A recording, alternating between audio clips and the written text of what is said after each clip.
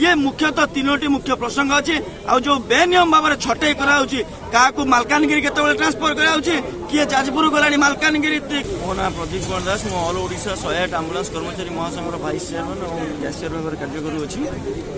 देखो आज आम जो ये लोयर पीएमजी गांधी मार्ग में बसीचु गांधी नीति की अनुशासन भाव में गणित करके बसीचु जे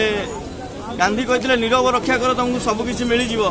से नीरवता रक्षा कर निज भीतर कष्ट को ये पदार्पण करुचु। प्रथम कष्ट हूँ 70टी कर्मचारी को 11 वर्ष धरी जो मैंने काम करुले गोटे ठिका संस्था अधीन से जो निजर न्याय्य दाबी सरकार पाखे उपस्थापन कले जे यही आम कंपानी द्वारा शोषण कराऊँगी बोली तो से 70 जन संघर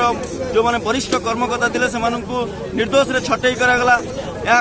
आम सरकार पाखे पहुंचलु सरकार विभिन्न राजनैतिक शिकार हेलु कि बर्तमान से 70 जन कर्मचारी को दाबी अच्छी 70 जन कर्मचारी किभली नियुक्ति पातु 12 घंटा कार्य प्रत्येक दिन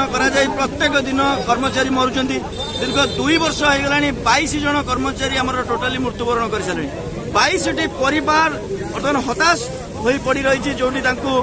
परिवार को साहा कहवा कहीं ना सरकार तरफ से किसी व्यवस्था करा जाए से परिवार को किभली प्रतिपोषण कर कर्मचारी मानक घर लोक मान नियुक्ति दि कौन जिनस कार्यकारी करा जाऊ नहीं तो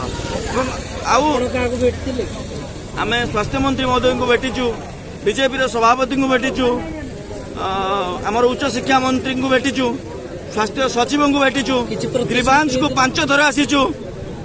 ये सब सरिबा सत्वे प्रतिश्रुति ये मिलुची हाँ करदेवार प्रतिश्रुति मिली आज 3 मास हो गला हाँ करदेवा प्रतिश्रुति मिली धैर्यर सह निष्ठार सह सेवा जोगेगी 70 परिवार जो अंधकार भितर था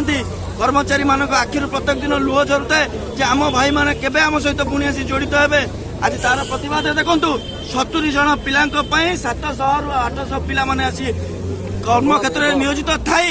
एटी 800 पिला नियोजित अच्छा ये हूँ आम मानकर भल पाइबा ये हूँ आम मानकर स्नेह ममता से आज बंधन बांधि तेणु सरकार आम दाबी को न्याय्य दाबी को मानि नियंतु न्याय्य दाबी मुख्य दाबी कौन रही मुख्य दाबी 70 जन पिला नियुक्ति दि जाऊ 12 घंटा कार्यर पारिश्रमिक 12 घंटा दि जाऊ 11 वर्ष से परिश्रम करथिबा ग्राच्युटी पैसा को हड़प करी गोटे कंपनी मुंबई रे बसी सी कहूँ सरकार पाखे मोर टंका बंधा पड़ी सरकार देले मु देवी सरकार निजे ग्रहण करंतु एक कथा को ग्रहण कर समाधान करंतु।